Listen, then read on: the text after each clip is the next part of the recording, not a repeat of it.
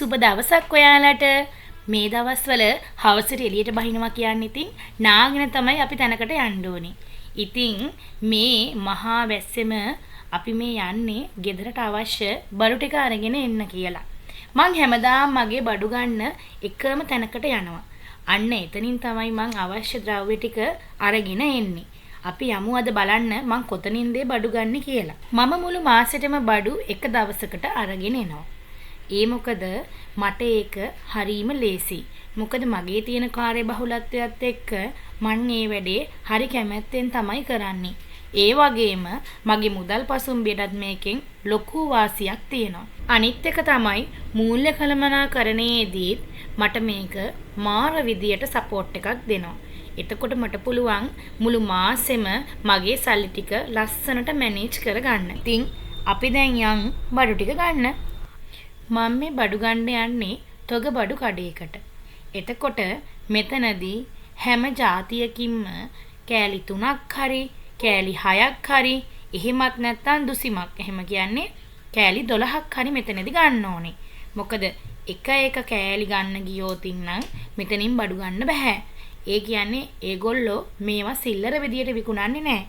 තොග බඩු විදියට තමයි මෙතනදී විකුණන්නේ. මේ වගේම තවත් තැනක් තියෙනවා මේගොල්ලන්ගෙම ඒවනම් ඒගොල්ලෝ සිල්ලර විදියට තමයි විකුණන්නේ. හැබැයි එතන ලාභයට වඩා මෙතන ලාභය ගොඩක් වැඩි. ඒ හින්දා මෙතනින් තොග වශයෙන් මම හැම එකකින්ම 3ක් 6ක් 12ක් වගේ ප්‍රමාණයක් ගන්නවා. එතකොට ලොකු මිල අඩුවීමක් මට වෙනවා. කිලෝ වශයෙන් ගන්නවා නම් කිලෝ 3කට වඩා ප්‍රමාණයක් අපි මෙතනදී මිලදී ගන්න ඕන. මෙතන ධාන්‍ය වර්ග, අල, ලූණු, කරවල, පොල් තෙල්, සබන් වර්ග, ඒ වගේම අනිත් එකී නොකී මෙකී සියලුම දේවල් මෙතනදී මිලදී ගන්න පුළුවන්. ඉතින් මෙන්න මේ පහසුව සඳහා තමයි මම මෙතනට එන්නේ. ඔයගොල්ලොත් බඩුවක් මිලදී ගන්නකොට ඒකේ ප්‍රමිතිය ගැන, ගුණාත්මක බව ගැන ගොඩාක් හිතලා බලන්න, හොයලා බලන්න.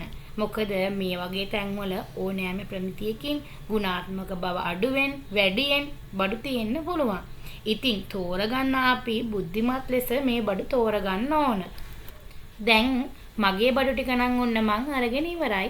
දැන් මං ඒ ටික බිල් කරගන්න තමයි මේ ලෑස්ති වෙන්නේ. එහෙනම් ඉතින් අද දවසේ මම මාසෙටම ගත්තු බඩු ටික බිල් කරගෙන මේ ගෙදර යන්න තමයි සූදානම් වෙන්නේ. ඕගොල්ලන්ට එහෙනම් සුබ දවසක්. නැවත වීඩියෝ එකකින් හම්බ වෙමු.